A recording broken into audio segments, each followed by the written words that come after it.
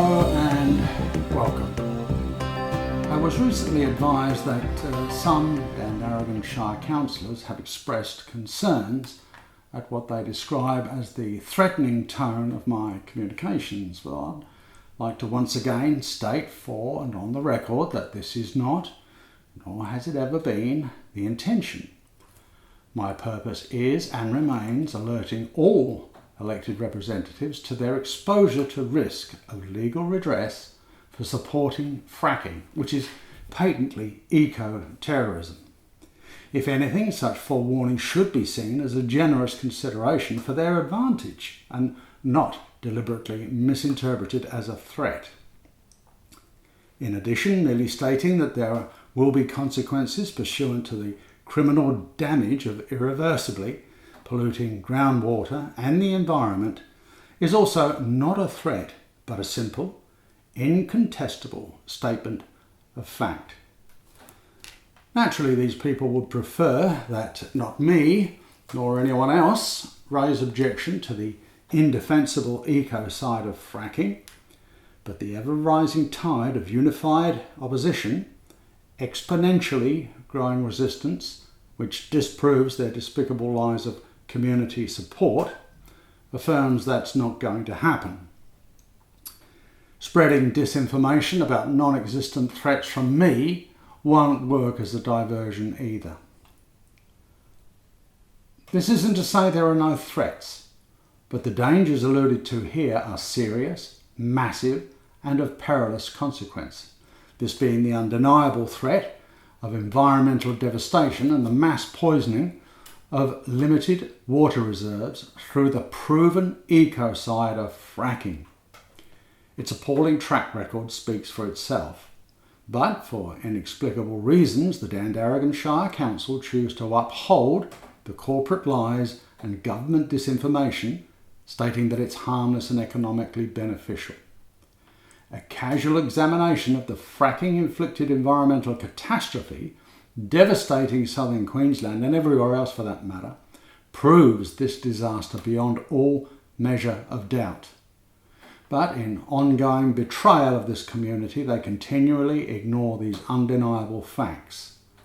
Instead, we now see a parliamentary committee whitewash of blatant disinformation and outright lies, paving the way for countless thousands of drill wells to irrecoverably disfigure and pollute this hitherto unspoiled region.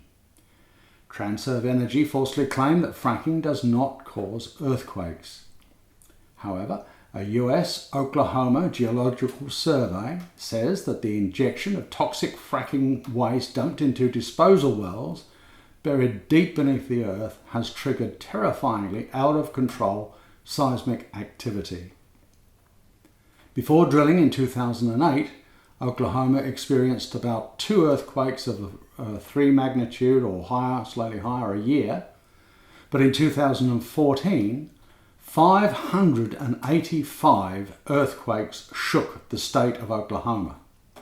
Fracking-related earthquakes have become so commonplace that local weathermen now report seismic activity along with the daily temperature.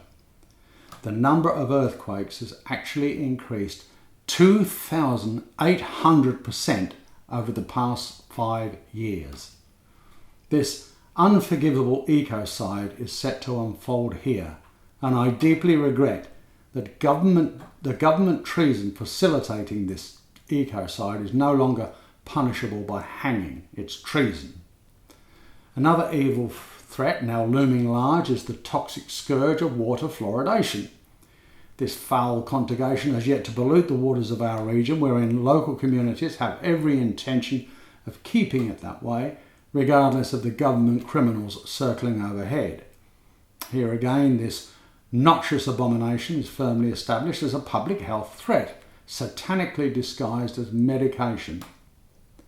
98% of Europe and increasingly ever more countries around the world have woken up to this criminal scam and banned fluoridation forever. But here, no. Here they continue the fiercely resisted push to poison public water supplies with hazardous, toxic industrial waste labelled fluoride.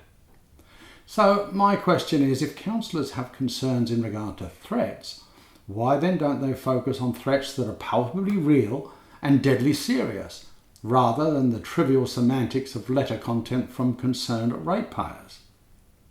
Well, of course, public focus on any real dangers would require an appropriate public response, so it's a safe bet that won't happen anytime soon.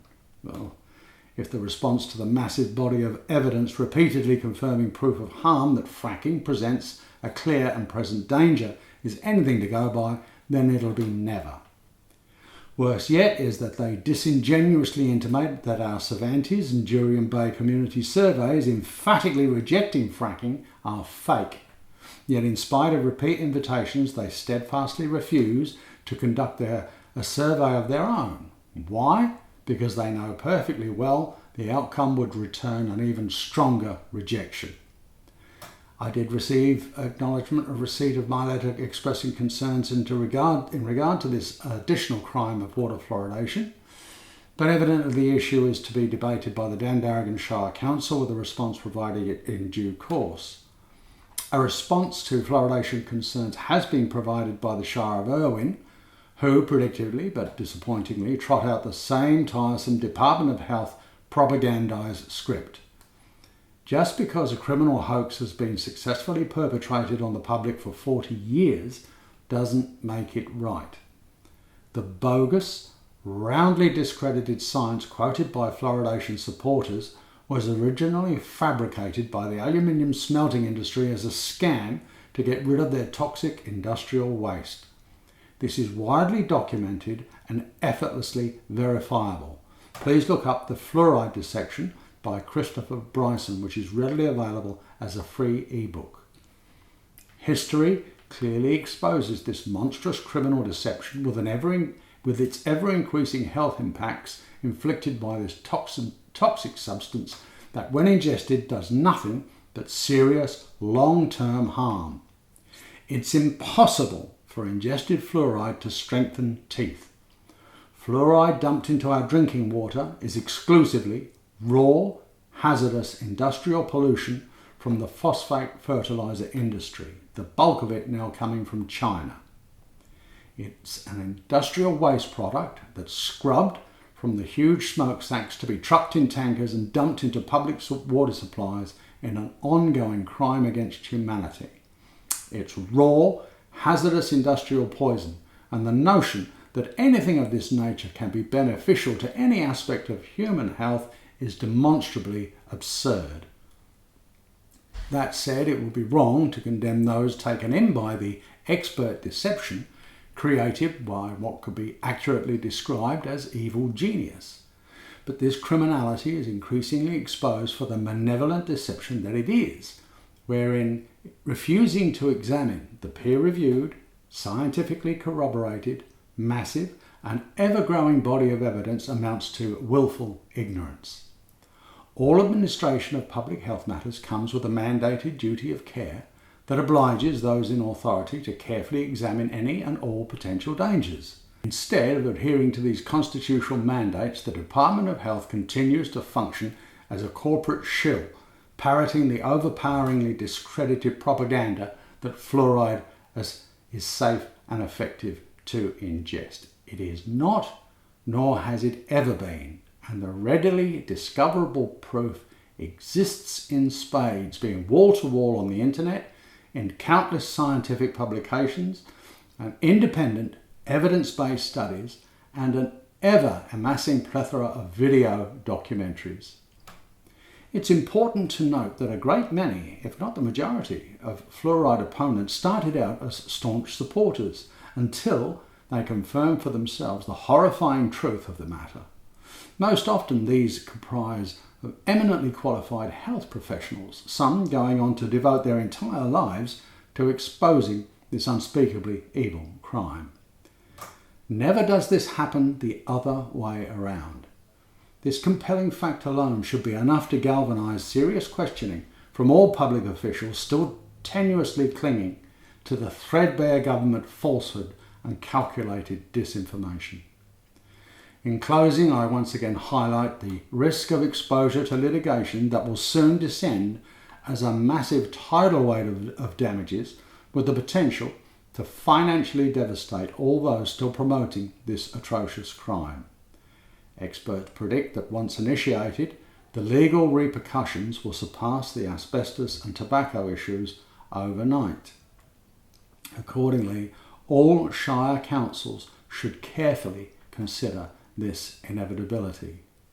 The establishment case for fluoride is stone cold dead in its own polluted water, so I strongly suggest all of its proponents wake up and smell the poison before it consumes them.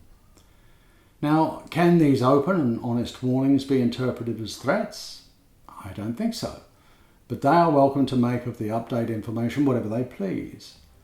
Eventually, the truth will unfailingly prevail. It always does. Thank you for watching.